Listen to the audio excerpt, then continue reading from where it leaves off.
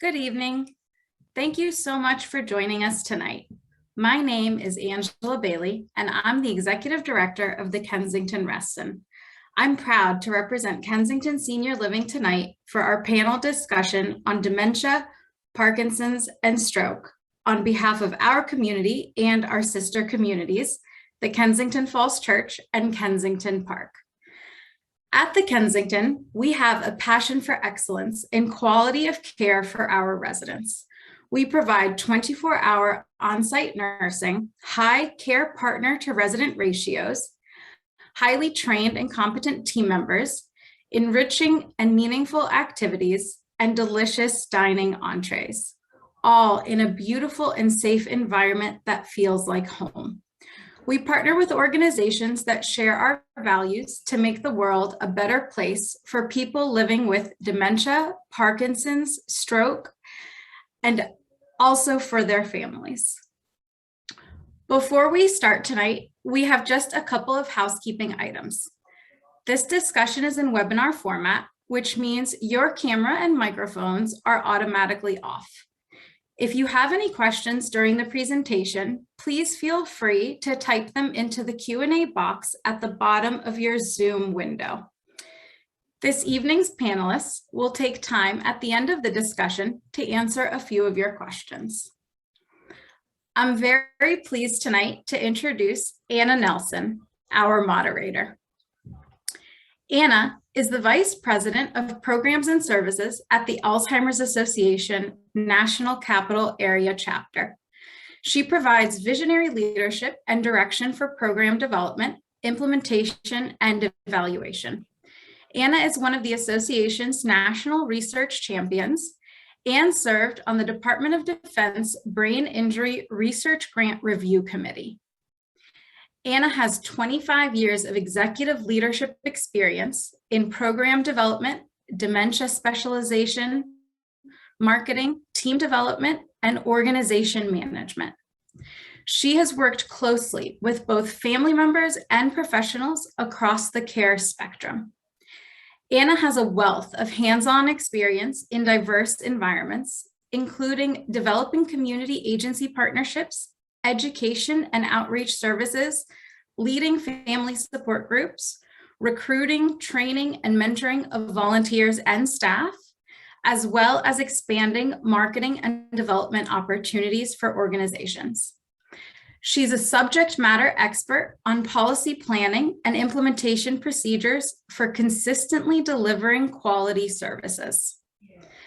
Previously, Anna was the president and executive director of the Stanford Senior Center in Connecticut, as well as the Connecticut Regional Director for the Alzheimer's Association. She is the former president of the WIC Directors Association for Maine and a certified law enforcement instructor by Police Officers Standards and Training Council. Also, she's a health district board member. So without further ado, I am pleased to present Anna Nelson. Good evening, everyone. We're very happy to be here with you with this special program tonight. We are joined today by leading experts in the field of dementia, Parkinson's, and stroke. And before we get started, I would like to take care of a few housekeeping items. After I introduce you to our speakers, I will post some questions just to get the conversation going. So feel free to go ahead and enter your questions on the chat feature during the program. We will get to your questions at the end of the panel discussion. And now it's my pleasure to introduce you to our experts in the area of dementia, Parkinson's, and stroke. Our first expert is Dr. Stephen Grill. He's assistant professor at Johns Hopkins University in Baltimore and chair of the medical advisory board of the Parkinson's Foundation of the National Capital Area. Dr. Grill, could you tell us a little bit about your work? Sure. So I'm a movement disorder specialist, which means I focus on problems with mobility, diseases such as Parkinson's disease, but also dystonia, which is an abnormal twisting movements and abnormal contractions of muscles, tremors, and a host of other disorders that affect movement. So I've been involved in this for, well, a long time, I guess, by now. And my interests, my research interests concern how we use sensory information to control our movements and how maybe improper use of sensory information may contribute to some of the movement disorders that I work with. Thank you, Dr. Grill. Our next panelist is Dr. Matthew Edwardson. He's a vascular neurologist and a member of the stroke team at MedStar Georgetown University Hospital. He's also assistant professor in the Georgetown University Medical Center Department of Neurology and part of the Center for Brain Plasticity and Recovery. Dr. Edwardson, could you tell us a little bit about your work? Sure. Yeah. So I take care of all the patients that come into Georgetown with a stroke, basically 1 week out of every month, and I really enjoy caring for stroke patients.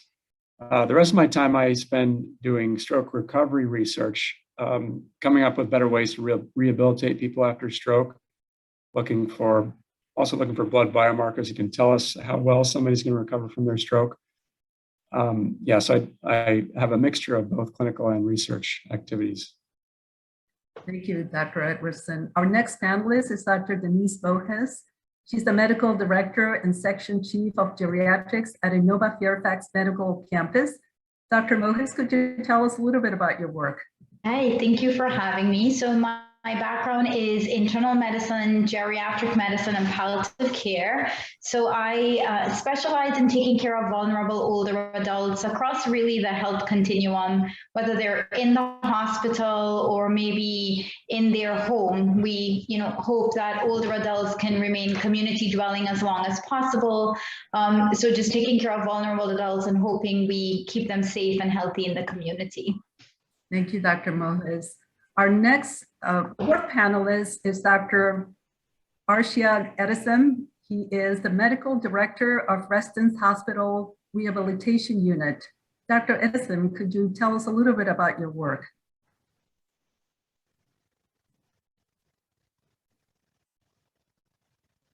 Sorry, I'm Dr. Edison. I'm trained in physical medicine and rehabilitation. She mentioned I'm the medical director of a 18-bed rehabilitation unit at Reston Hospital Center, which is a trauma 2-level hospital. We specialize mostly in patients that need rehabilitation for all sorts of reasons, but mostly neuromuscular reasons. So anything ranging from spinal cord injury to traumatic brain injury to strokes. And we see a fair amount of polytrauma and medical rehabilitation as well. Thank you. Thank you, Dr. Edison. So let's get started with the conversation.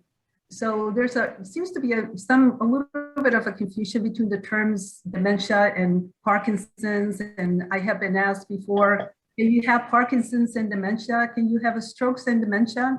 What's important for the public to know? Let's start with Dr. Edwardson. What are your thoughts? Can you share some your comments, please? Sure. You're asking specifically about the interaction between dementia and stroke? Yes. Yeah. So, it is possible to get dementia from the accumulation of multiple strokes, and we term that vascular dementia, and it's really hard to diagnose. But usually the telltale sign is that there's been a step off gradually in terms of somebody's cognitive abilities, as opposed to more of a gradual slow progression of their dementia. And they may also have specific deficits, loss of vision or weakness of an arm or leg, something like that goes along with the development of the dementia. So it's a small subset of the population that has dementia, but you can definitely get vascular dementia. Okay, thank you. Thank you. Dr. Grill, can you tell us about dementia and Parkinson's? How many folks have developed dementia once they're diagnosed with Parkinson's? Right. So the thing to know about Parkinson's is that it's a progressive neurodegenerative disease. It actually starts, your symptoms come on usually when about 70% of the neurons in a really small area of the brain have already been affected. Dementia is uncommon early in the course of Parkinson's. In fact, it's never seen early in the course of Parkinson's unless there's another cause for the dementia. But as the disease progresses over the next 10 years or longer, then about 30% of patients with Parkinson's do develop a dementia. I know we're going to hear about Alzheimer's in a bit. It's a little bit different, the dementia in Parkinson's. In Parkinson's, it's more sort of high level organizational skills that get affected, so-called executive dysfunction, not the sort of language problems that are more prominent in Alzheimer's, and I think we'll hear about that in a bit. But it can be a debilitating part of the disease, and it's one of the dreaded symptoms that develops as the disease progresses. Thank you. And Dr. Mohis, I wonder if you could elaborate a little bit more about the connection between dementia, Parkinson's, Alzheimer's, and strokes. Yeah, so that's a tough one because unfortunately we do have patients that have all of the above. I think some patients, they may start with Parkinson's disease and develop Parkinson's related dementia like Dr. Grill talked about. On top of that, depending on their comorbidities, they may have risk factors for stroke and still get a stroke and vascular dementia. And on top of that, they had risk factors, whether it was genetics or others that contributed to Alzheimer's. And really and truly, as the dementias progress, they all kind of start blending. They may initially present differently, but as the dementia progresses, the symptoms are so intertwined, it's hard to kind of piece them apart. But it does make it more complicated just to manage life in general, even if we're not able to reverse the dementia. So it's an unfortunate situation, especially in older adults. With each decade, they start adding diagnoses and comorbidities, and it might be less common, but not totally infrequent that some patients might have all of the above. Thank you. Thank you. So one of the questions that we get asked a lot at the association is, you know, once folks receive a diagnosis of dementia or Parkinson's, people want to know, where do I go from here? How can I keep my my Parkinson's or my dementia in check? Are there things that I can do to slow the disease progression? Let's start with Dr. Grill. Yeah, so, you know, I think when you receive a diagnosis of Parkinson's, this is your chance to take charge of the disease. This is the time that you need to assess your life, assess your lifestyle. You know, one of the things that I know everybody here will agree with is that exercise is an extremely important part in handling all of these disorders. And this is something you can do. So we recommend building up to at least 90 minutes of something aerobic per week. And I insist that all of my patients do. And if we keep telling them to or asking them to, they eventually do. We never let up. You want to check all the other, a whole bunch of lifestyle issues. You want to have a healthy diet. The Mediterranean diet seems to be protective in Parkinson's. You want to make sure your relationships are good, especially if you're going to go on to develop dementia, which is a possibility. You want to have good relationships, trusting relationships. You want to have a good support system in place. But really important at the beginning is to understand, at least in Parkinson's, you should be seeing a specialist. You should be seeing, for Parkinson's, a movement disorder specialist. If you're in an area that there aren't a lot of them, then maybe just once a year you see one. But it's a very complicated disease. It's not just tremor, stiffness, and slowness.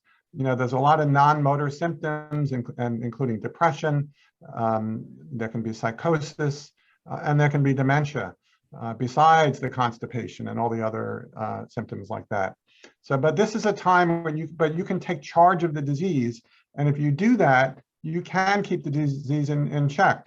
Exercise really does slow down the disease. And one more thing I just wanted to point out about exercise. There are studies in this, blinded studies, where they randomize people to exercise and no exercise. And after a year, they're doing better, the ones that exercise.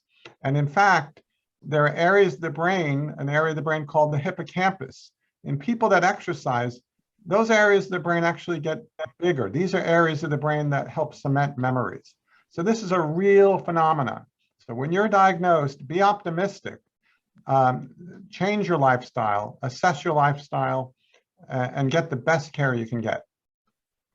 Thank you. And Dr. Mohis, could you tell us a little bit about what your recommendations would be for families once they receive the diagnosis?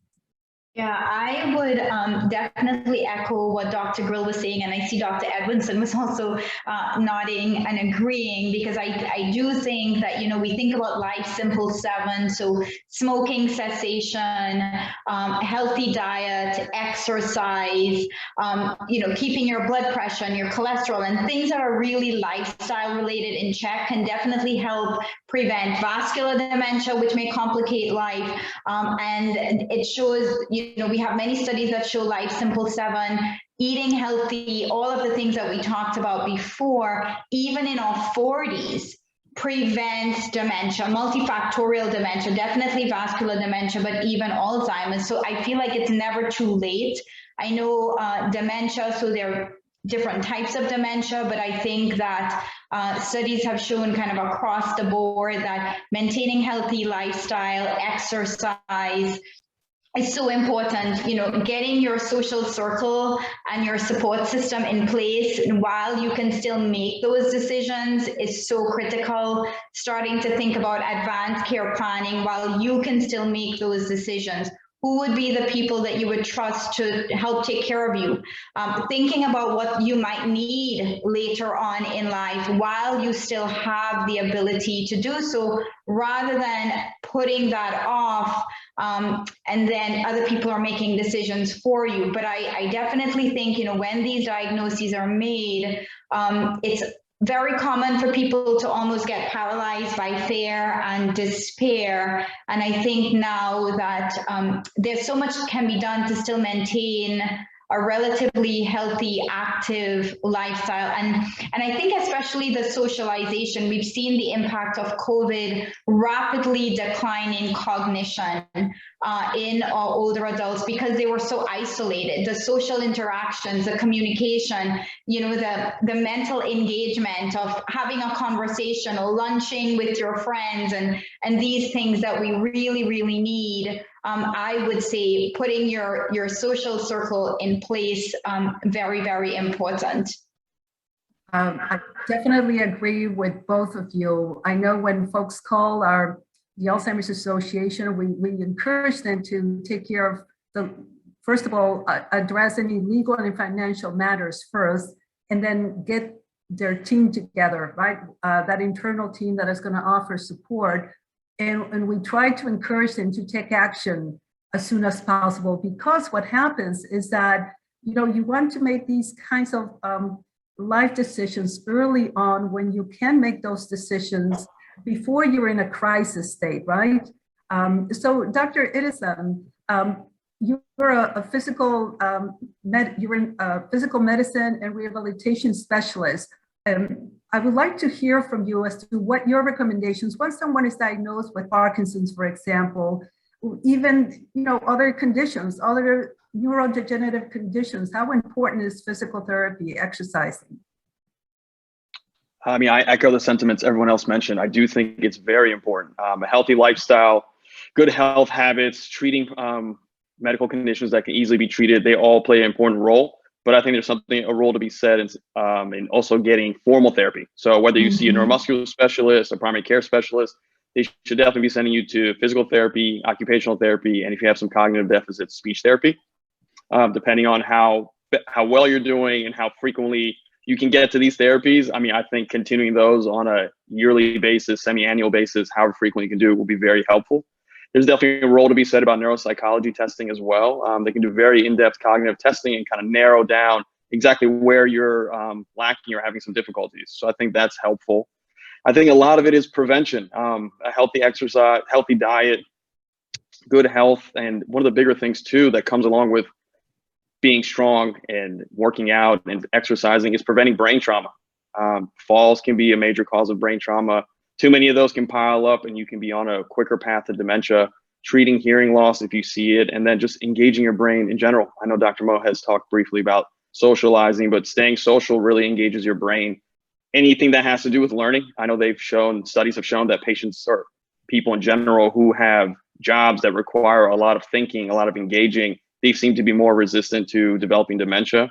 Reading, and I'm sure everyone has seen the commercials for those brain game apps. I mean, playing games, anything that engages your brain is going to help you in the long run. Thank you so much. Another question that gets asked a lot is, can these conditions be prevented? Can you prevent dementia, Parkinson's, strokes? What are the hereditary risk factors? Are there modifiable risk factors? And all of you share some good insight on that, but I wanted to turn over to Dr. Edwardson and get his thoughts on this.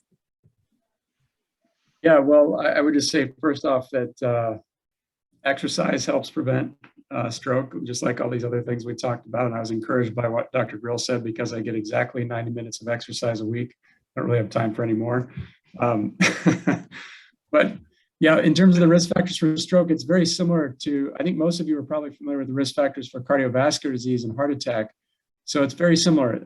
Some things that Dr. Mohes mentioned. So smoking is a big risk factor for stroke, high blood pressure, high cholesterol, diabetes. So trying to get those things under control. One of the other ones that you may not think about as much is something called atrial fibrillation. And that tends to become more prominent as people age. So as you get into your 60s, 70s, 80s and above, it becomes very common in the population. And what that is, basically you have these chambers of the heart, and one of them, the atrium, normally it will contract rhythmically, right? But if it's in atrial fibrillation, it will just kind of fibrillate. And it's like if you think about a stream where there's a little eddy current that collects all kinds of debris, you can think of the same thing happening in your heart when it's fibrillating. It's just collecting a clot basically, and that clot can travel up to your brain and cause a stroke. So, if you're feeling like you're having palpitations, like your heart's beating out of your chest intermittently, that would be something to tell your doctor about, because you could have undiagnosed atrial fibrillation. And if you do have it, it's important to go on a strong blood thinner to prevent yourself from having a stroke. Thank you. Another question for the panel. Why is it that it sometimes is harder to, it's easier actually, to tell when someone is having a heart attack, but it's hard to recognize those symptoms of a stroke? So what are the symptoms of a stroke? What should we be looking for in the symptoms for dementia as well, and Parkinson's? Let's start with Dr. Edison. So for stroke, I'm sure if you've been in a hospital recently, you've seen signs for the mnemonic be fast. I know when I started residency, it was just fast, and they added the BE. So it's balance. If somebody looks like they're imbalanced, the E is for eye. If you see an eye, classically, what we read in textbooks is down and out. Fast, the F is for face. The A is for arm. Any weakness in the arm, you could throw in a leg in there as well. S is for speech. And then the T is for time. And time is important because of treatment. Given what time the stroke occurred and how quickly you get to the hospital, you may be able to receive different types of treatment. One of them is something called TPA, which is a clot buster. It's a very potent medication. And another type of treatment is a thrombectomy, where they actually can go into your arteries or your veins and take the clot out of your body. So for stroke, I always try to teach my patients be fast. Unfortunately, in my field, a lot of my patients have already had a stroke, so it's tough to kind of prevent from that standpoint.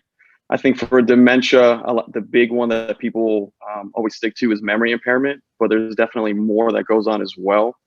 There's mood and behavioral issues that can kind of sometimes precede the memory impairment. So that's kind of important to look out for too.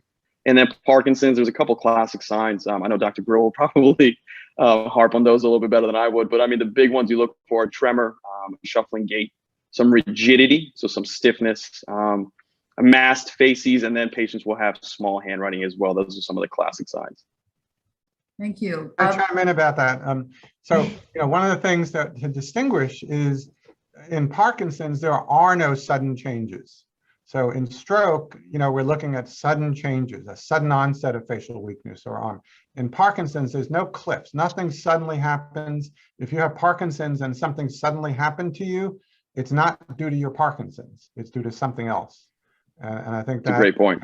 It's so I sit back and I can think about things in long term, that how they're doing over weeks to months. Maybe Dr. Edwardson, who treats stroke, sees things in real time. Things are happening.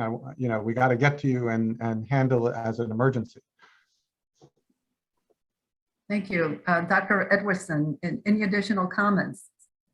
Yeah, I mean, your original comment about, recognizing the signs of a heart attack, but not a stroke. I mean, I think the general public, they generally recognize a heart attack because it's painful. You have pain in your chest, and that raises a red flag. I need to do something about this. But with the stroke, usually there's very rarely any pain with the stroke. Maybe if you have a bleed in your brain, you can have a stroke, but those are in the minority. So it can be challenging to recognize the symptoms. And Dr. Edwardson nicely went through the signs and symptoms of stroke. I mean, I think the only thing I would have to add to that is, the vision symptoms can take different forms. So you could lose vision in one eye completely, or you could lose vision in half of both of your eyes. That's something to keep a lookout for. But don't sleep on a stroke. As Dr. Edwardson said, our therapies are very time sensitive. I've had a number of people who they have maybe a little facial droop, a little bit of hand clumsiness that comes on in the evening, and like, I'll go to bed and see if I can just shake this off. And they wake up in the morning with worse symptoms, then there's nothing we can do about it. So it's something to take very seriously if you experience one of those symptoms. Thank you. And Dr. Mojes, could you elaborate a little bit more on those early warning signs of dementia? It's hard to tell, isn't it, initially? Yeah, I agree. I think if it's sudden changes and we're thinking more stroke or something neurologic happening, I think with dementia, and again, it depends on the type of dementia, but usually with Alzheimer's dementia, it's a progressive, slow decline initially. And if you're highly educated and highly social, we tend to maintain those social graces before we show that we have a deficit. A lot of my patients in this DMV, Fairfax County or DC metro area who are highly educated and social, they could really kind of just mask these deficits, or they can compensate really well. I would say that we depend on families and loved ones to give maybe some collateral information. Maybe there's something we're noticing and we might just attribute it to, oh, well, I hear all the time, his memory's fine for an 85-year-old. It's like normal for a 75-year-old. Well, we have a huge spectrum. So I think of what we call ADLs and Iedls. So the ADLs are your activities of daily living. So it's the things you need to get ready for the day, bathing, toileting, dressing, grooming. Those are things that we lose when the dementia is moderate to severe. It's the Iedl, so the instruments of activities of daily living, the maybe paying our bills, managing medications, able to drive, transportation, doing our own shopping, preparing a meal. Those are the things that we tend to see subtle changes. Maybe the bills are piling up, or there's some, maybe the math's not right when we're trying to manage the bills, or we're just avoiding people because maybe we have some word finding difficulty. We're forgetting the names of people with whom we usually interact. So I think that those are the things that we as loved ones and caregivers need to kind of be on the lookout for, because sometimes they're very subtle changes. And a lot of my patients do what we call confabulation. So unless you know them really well, they're filling in the stories, but at some way, maybe that's not totally adding up. Let's delve a little bit deeper and ask some more, questions, and then we see the stories just not adding up. So I think being aware of the subtle changes that may be happening, and it's hard sometimes for some of our loved ones to acknowledge that there's deficits, but some patients do recognize, like, I'm not as sharp as I used to be, or I keep forgetting things, or I'm driving, but I'm getting a little forgetful about where I'm going to, even though it's my usual path. So I would say we just need to be on the lookout, but it's usually not a drastic change. It's usually subtle changes that are happening that we might need others to point out to us. So if someone is worried about lapses in memory, just to maybe just schedule an appointment for a complete physical, perhaps? Yeah, I think raise the awareness of primary care physician, or whoever is the physician that you tend to see most commonly. Definitely, I think it's to raise the awareness. Thank you. Thank you. For those of us that have a connection, either have a loved one that has had a stroke or Parkinson's or some type of dementia, we are very hungry for breakthroughs in medications, in treatments, in testing for these conditions, because it is hard to distinguish sometimes when there's multiple comorbidities. And I wonder if perhaps you can share some ideas, some of that information regarding just the breakthroughs in treatments. Let's start with Dr. Grill. So I'm going to talk just about Parkinson's.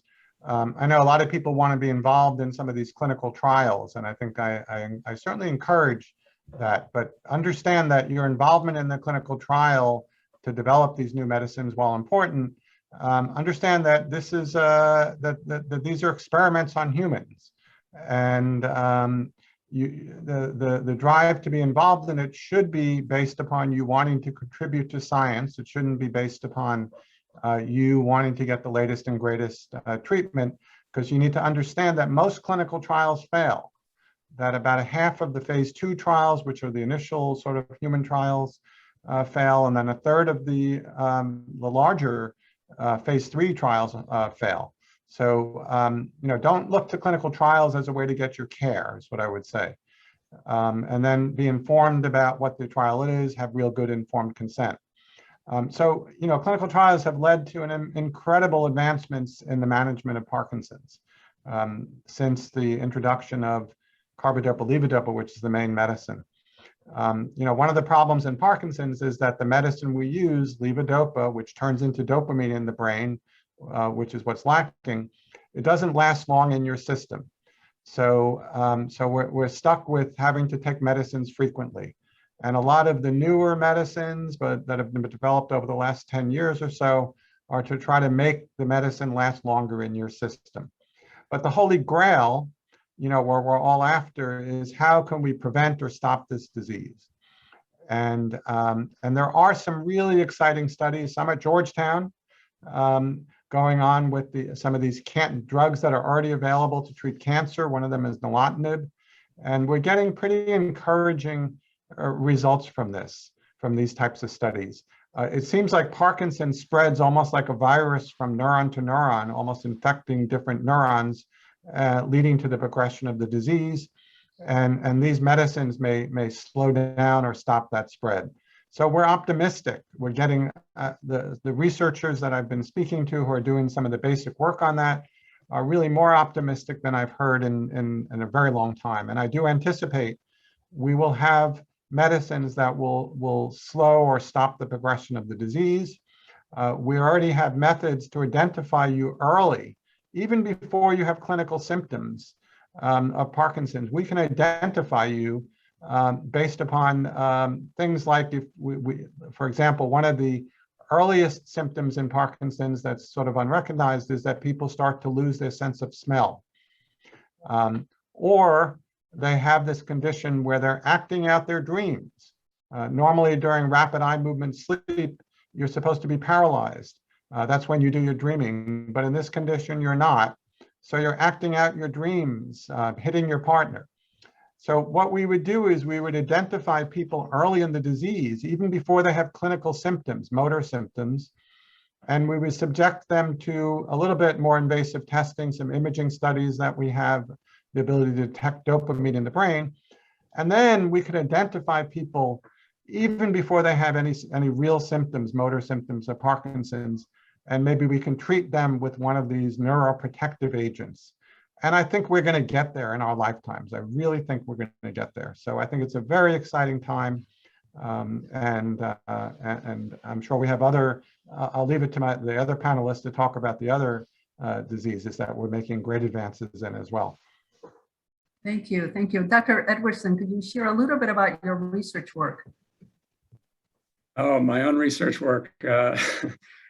Well, I'm trying to come up with a blood test to basically determine how well somebody's going to recover from their stroke. So if they come into the hospital and they've had a stroke, the problem right now is we have some patients who make pretty dramatic recovery and others who have almost no recovery. We don't have a good way to determine which way somebody will go. And this is a problem because the therapists, sometimes if somebody's not going to get any function back with our standard therapy, then we're kind of wasting our time having them undergo intense rehabilitation in the acute rehab hospital, for example. I mean, they can learn other things on how to compensate, but whereas we have other people who really would would really benefit from the therapy, you probably need to be in that rehab hospital longer, for example. If we knew that early on, we could better tailor our therapy, let's say. But it would also help us, those people who we know are not likely to get any recovery, those might be patients who would be better served with maybe some of these experimental therapies like stem cell therapy, for example. And stem cell therapy has not borne out thus far, but there's a lot of reason for optimism on the horizon as they become more adept at changing the formulation. So I think that may be a real therapy for stroke in the future. There's no positive clinical trials yet that are definitive, but I think that's something in the future. And outside of that, I'm engaged in another study where we have looked at when is the best time to give somebody extra rehabilitation? Is it early, like in the first month? Is it subacute phase, which is like 2 to 3 months, or chronic, like 6 months and beyond? And we had a recent study that showed giving more therapy 2 to 3 months out is actually beneficial to patients. So we hope to take that on the national level now with a trial in multiple centers to see if that should be, the law of the land where everybody does this, gives more rehab to people in the subacute phase, basically. Thank you. Thank you very much. Dr. Mojes, could you tell us a little bit about where we are in terms of treatments for the different forms of dementia? We just recently heard about this drug Aduhelm, and there might be others as well. Could you elaborate a little bit on that? Yeah, so I think the hot topic now is the Aduhelm or the aducanumab. I always have to aducanumab. I think that it's very, very controversial in the world of geriatrics.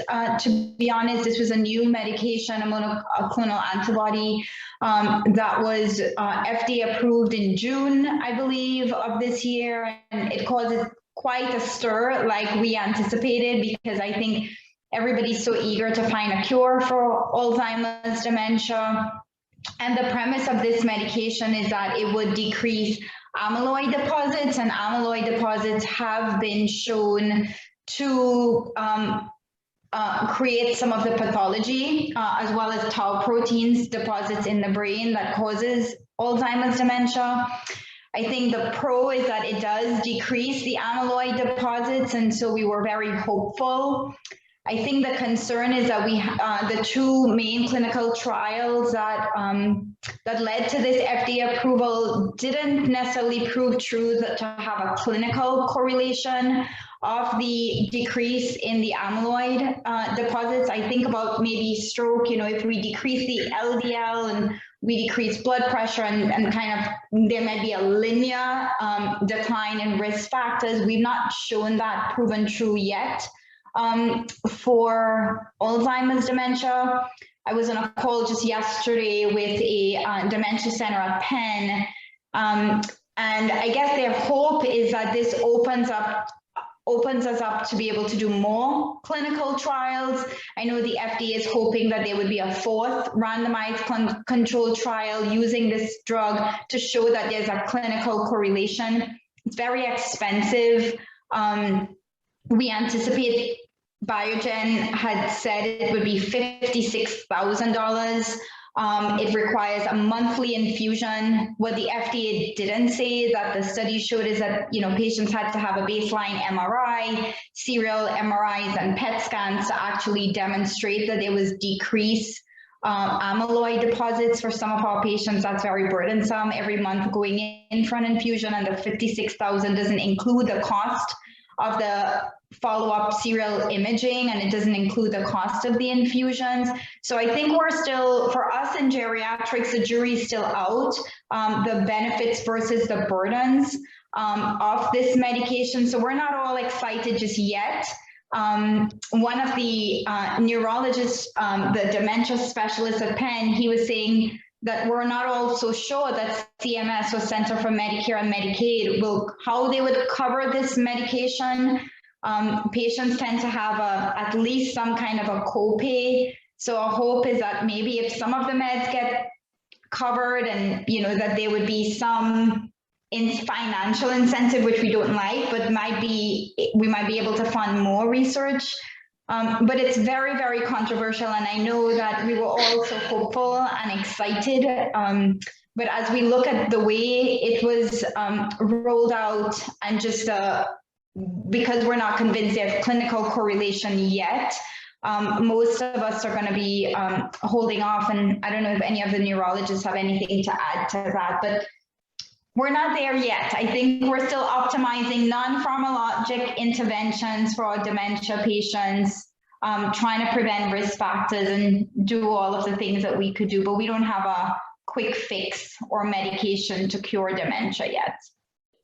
Thank you. And Dr. Edwardson, could you share a little bit about how does your interdisciplinary team works together when you're presented with someone who comes to the hospital with, let's say, Parkinson's or a stroke? So usually we see a stroke after they've been medically stabilized. And then they'll do acute rehab. They will do about 3 hours of therapy a day. It'll be a mixture of physical therapy, occupational therapy, and speech therapy. Physical therapy is normally working on your ability to ambulate, your endurance, your strengthening. Occupational therapy works on ADLs, which Dr. Mo has talked about earlier. Things like showering, toileting, dressing, medication management. And then speech language pathology, they do a little bit of two things. They help with, actually a few things I should say. They help with cognition, they help with language and swallow function, which is all very important, obviously, and can all be affected by a stroke. So between them and then myself, who handles all the medical management, we come up with a comprehensive plan for patients. We usually do therapy 6 days a week.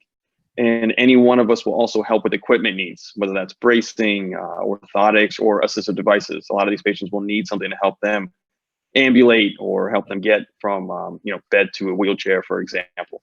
And touching on some futures of therapy, I know there's a lot of interest in coming up with new medications, but I know in my residency, my field, we've also found interesting uses for current and existing medications.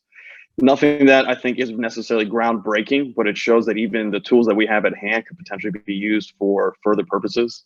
There was one study, I'm not sure if any of you guys are familiar with it, but it was big when it came out and we thought it was a huge game changer. It was called the FLAME trial, and they used a certain class of medications called the SSRIs, typically used for depression or anxiety. And they found in France that stroke patients who used it, they had a bigger increase in motor recovery compared to stroke patients who did it. So we all felt that we should start putting this thing in the water. I mean, we thought that this was groundbreaking. And unfortunately, they tried to repeat that study again, and they did not have the same results. So I feel like, we're probably close, and there's probably things out there that we can use current medications that we have for. We're just not there yet, unfortunately. So the future is definitely bright. And I think with a mixture of creating new pharmacological management, using current pharmacological management, and just building on the knowledge that we have, we definitely will see some advances in our lifetime. Thank you. Can I just add one thing? As you mentioned, the management of depression, I think that is a cause of dementia that often goes missed. There's a concept we call pseudo dementia, where patients may have depression, and because of the loss of concentration, maybe altered sleep patterns and other things, they may present with cognitive decline. And once we do depression screening, and if those patients are appropriate for treatment of depression, the cognition can improve. So in most, if not all of my older adults, we screen for depression because depression is very common in the elderly. And so I just wanted to point that out because I know depression is also common in patients with stroke and Parkinson's disease, as well as all types of dementia.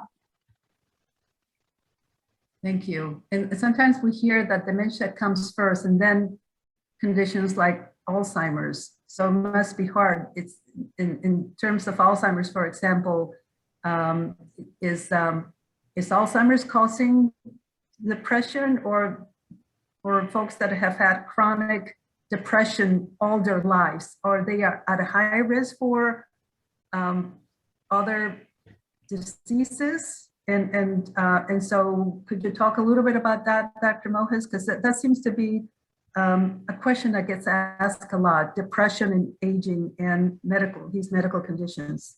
Yeah, I think for sure we see that patients with any type of dementia have a higher risk of developing depression. First, it may present as what we call adjustment to illness, just getting used to this new deficits. But I do think that studies have also shown that patients with depression have increased risk for cardiovascular disease as well as cognitive decline. I'll leave Dr. Edwardson to maybe interject and Dr. Grill. I wanted to add something about depression and Parkinson's. Sure, it can be sort of a reaction to maybe some decline that you have, but there is so much information about people with Parkinson's, depression actually being the first symptom before there's any movement problem at all. And it's very unusual for somebody maybe in their 60s to sort of come down with depression. But what we find is that if we look at people with Parkinson's, there's a lot of depression going on in the 3 or 4 years before they actually have any mobility issues. So it really truly is a part of the disease. It's not a reaction to the disease, and it's just part of the disease, and it has to do with the pharmacology, what's going on in the brain, most likely.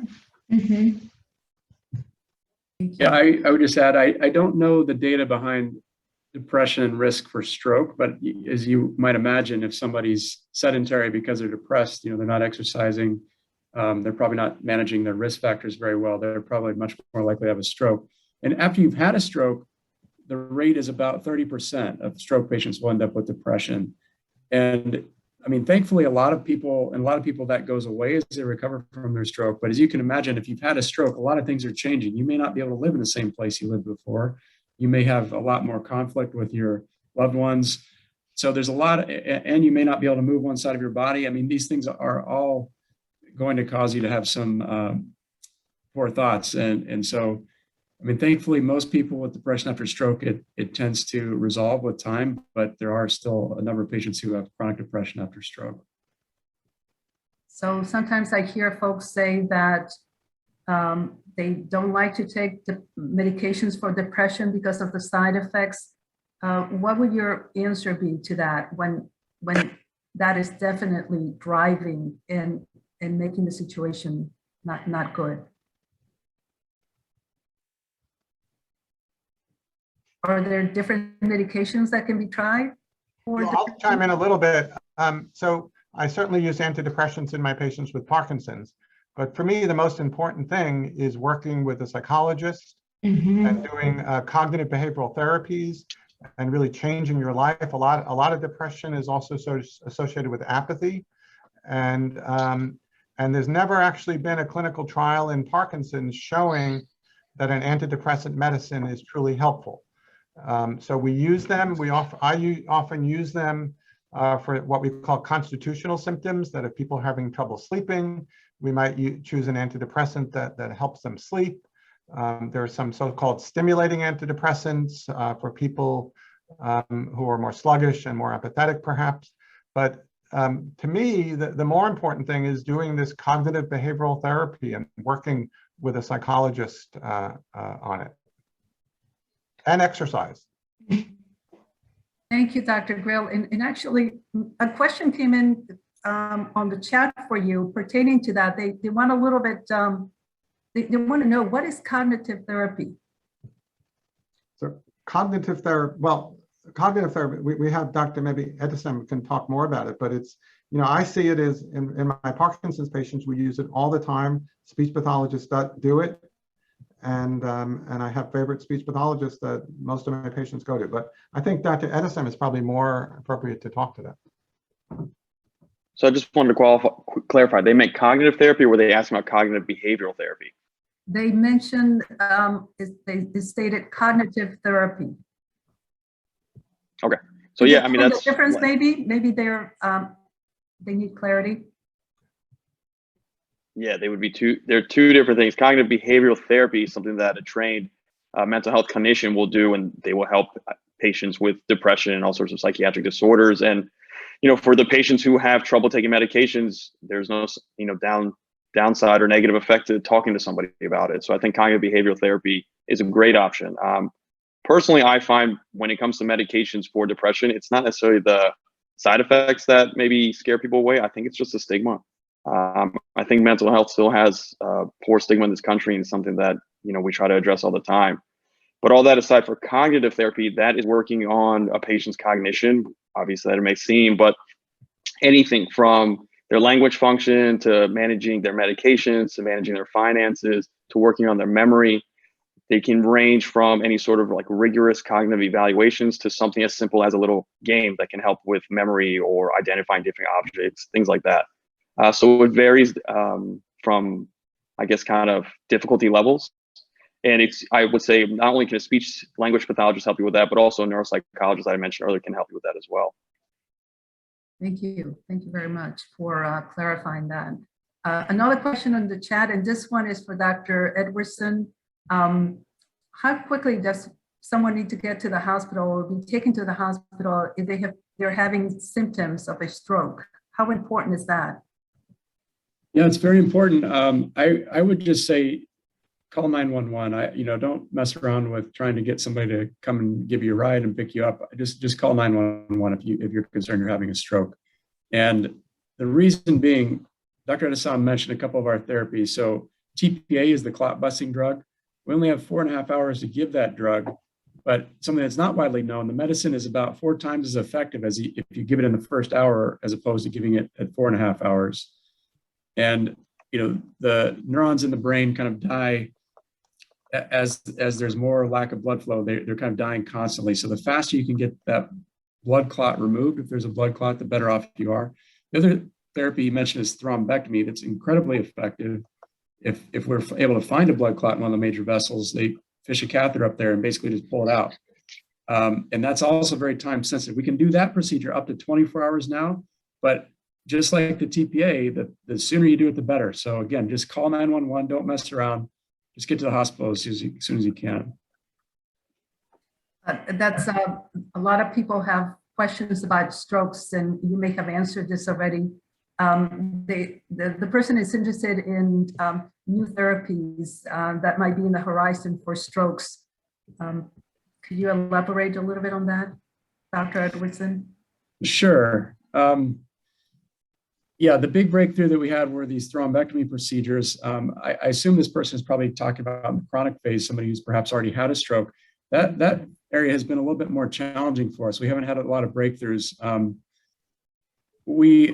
And I mentioned stem cell therapy. I mean, I think that might be the most promising avenue for people who've had a chronic stroke.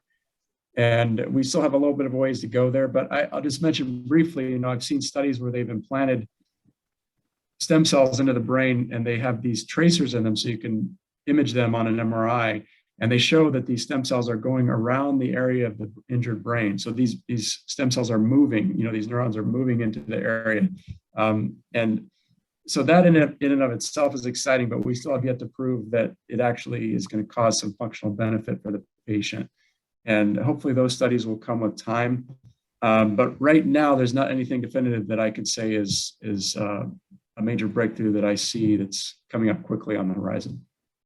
It sounds like there's a lot of work, a lot of research, a very interesting and transformative time for the field right now of neurodegenerative diseases and these conditions that we talk about today.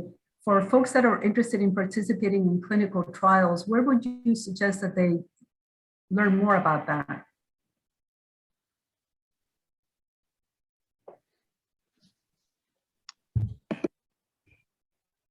So I know go ahead, Angela. Oh, no, Dr. Moses, I will let you answer this question, and then this will have to be the last question that we answer tonight, but I'll let you go ahead and answer the question, and then I'll close this out. So I think a good site for for Alzheimer's dementia might be even reaching out to the Alzheimer's Association. I always like to make a plug for the Alzheimer's Association. There's also the Alzheimer's Clinical Trials Consortium, which has sites really nationwide. So reaching out to your primary care physician, or if you're under the care of a neurologist, or there's a memory center close to where you live, I think those can all be resources for you. Thank you. Thank you so much. I can see from tons of questions on the chat that the topics that we covered today are really of great interest to our audience. Thank you so much for joining us today. And now I'm going to turn it back to Angela for some closing remarks. Well, first of all, I just want to say thank you so much. Thank you, Anna, for moderating this very, very engaging discussion tonight. Thank you, Dr. Grill, Dr. Edwardson, Dr. Mohes, and Dr. Edison. You guys did a phenomenal job, gave a lot of very, very good information. So thank you guys for your time tonight. We did get a ton of questions, and unfortunately didn't get to all of them, but we will be following up with everybody who submitted questions. We'll follow up with email answers to you. And also Kensington Senior Living does host a lot of these panel discussions. So please check out our websites for information on them. Thank you all and have a great evening. Thanks. Thank you.